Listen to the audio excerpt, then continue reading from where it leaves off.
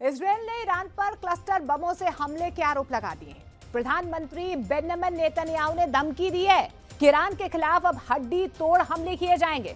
उधर president Trump ने तुर्की को ईरान के खिलाफ भड़का दिया है। वह ईरान ने तुर्की में मौजूद अमेरिका के आखिरी रडार स्टेशन को तबाह करने का ऐलान कर दिया है।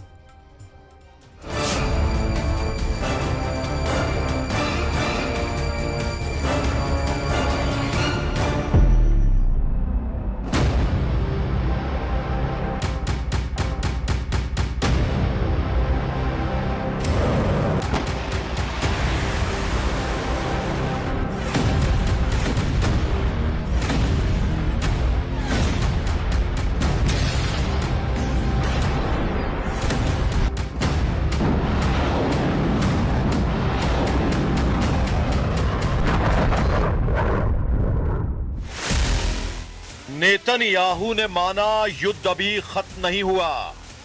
ट्रंप ने माना ईरान से युद्ध लंबा चलेगा। सऊदी अरब गिड़गिड़ाया, बंद करो लड़ाई। ईरान की धमकी, सभी दुश्मनों करो सरेंडर।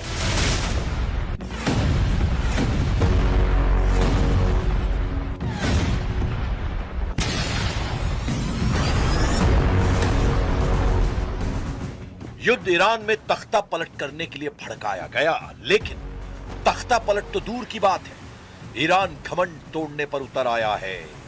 ईरान ने ऐलान किया है कि पूरी दुनिया ही क्यों ना उसके खिलाफ हो जाए, वो अमेरिका, इजराइल और उनका साथ दे रहे देशों को फोड़ना बंद नहीं करेगा। हकीकत भी यही है कि ईरान को जहां मौका मिल रहा है, वो धमाकों से अपने बदले का एहसास करा रहा है। यह बहरीन में ईरान का तांडव है। यह इजराइल के हाइफा में ईरान की मिसाइलों की फायर पावर है। यह इराक के इरबिल में अमेरिकी सैन्य अड्डों पर ईरान का ढाया कहर है। यह तुर्की में अमेरिकी सैन्य अड्डों पर ईरान का धमाका है। ईरान ने साफ कर दिया है कि समझौते की कोई गुंजाइश नहीं है। खून का बदला खून से लिया जाएगा। सुप्रीम लीडर अली खामनेई की मौत का हिसाब सुपर पावर को देना ही होगा।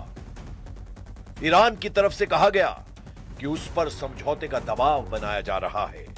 ट्रंप ने कई देशों को इस मिशन में लगा रखा है, लेकिन समझौते का कोई सवाल नहीं।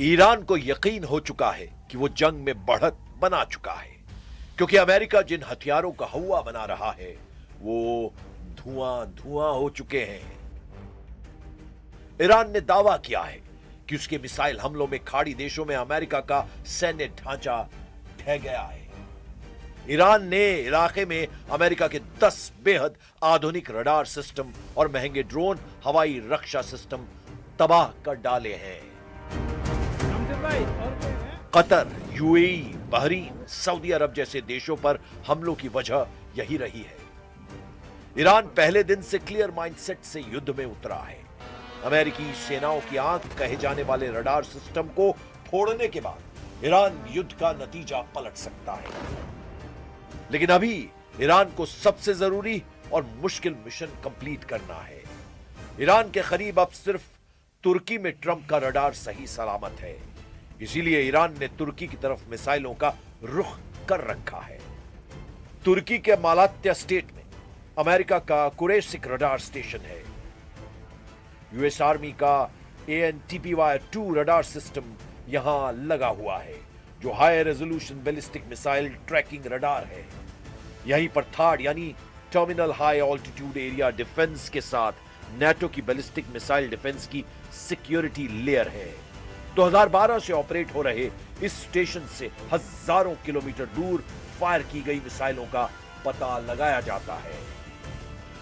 इसे ऐसे समझा जा सकता है कि तुर्की का रडार स्टेशन ही अब अमेरिका की आखिरी उम्मीद है। ईरान ने अगर इसे ढहा दिया तो ट्रंप के पास ईरान की मिसाइलों को रोक पाने का कोई हथियार नहीं बचेगा।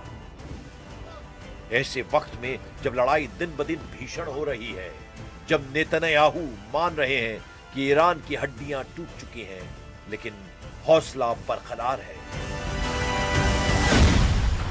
שלנו להביא את העם האיראני לפרוק את עול העריצות, בסופו של דבר זה תלוי בו, אבל אין ספק שבפעולות שנעשו עד עכשיו אנחנו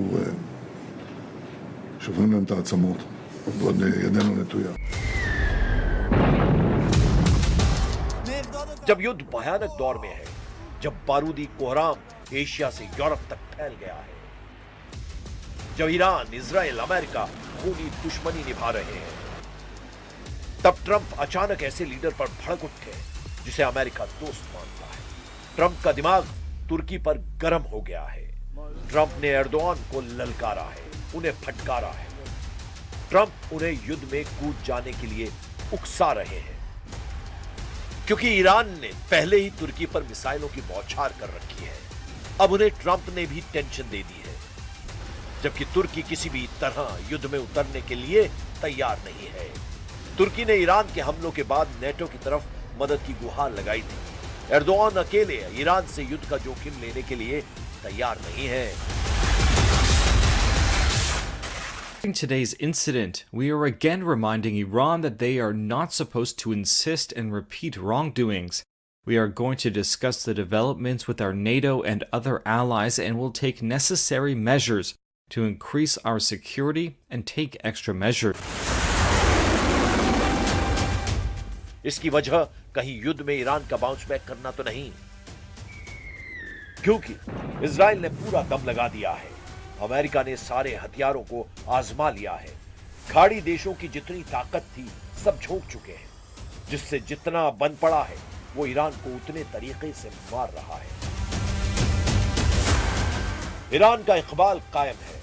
ईरान की मिसाइलें ताबड़तोड़ जवाब दे रही हैं। ईरान के शाहिद ड्रोन युद्ध का रुख पलट रहे हैं। युद्ध की टाइमलाइन बड़ी होती जा रही है। ईरान नए सुप्रीम लीडर के आने के बाद भयानक बदला ले रहा है। इजराइल ने आरोप लगाया है कि ईरान ने क्लस्टर बमों से हमला शुरू कर दिया है।